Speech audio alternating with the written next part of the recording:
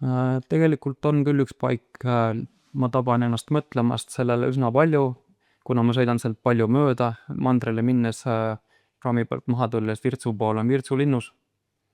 Ja see on minu jaoks täiesti ulmeline objekt, sest see on olnud hoone, mis on olnud 100 aastat hoone ja siis ta jäeti maha, kästi maha jätta, siis ta on olnud 500 aastat varemütes ja siis seda on 8 aastat konserveeritud.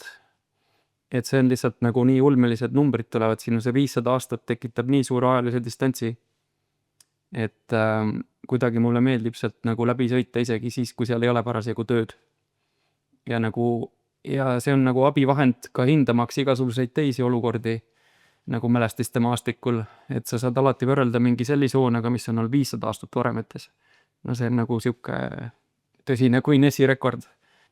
Selle objektiga õnneks ei jõutudki eriti midagi teha, üks väike proovilõik konserveeriti mingi 2 meetri laiune ja 3 meetri pikkune. Aga ta kaevati väga ulatuslikult välja 78 ja 79. Ja siis meie saime nagu sellise objekti uus ehitajaga, kus oli juba nagu lahti kaevatud ja varisend ja siis oli veel omakorda 30 aastat mööda läinud.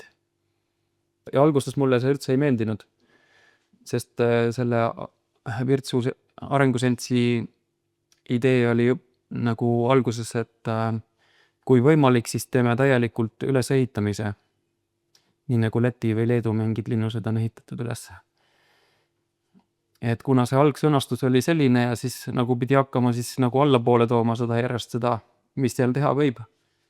Ja tunnetama seda piiri, kui palju saab nagu lisada ja mingit müüri üles lappida ja kui palju tuleks siis jätta nagu võimalikult madal ja näidata seda, et oli tegelikult hävinud ja varisend.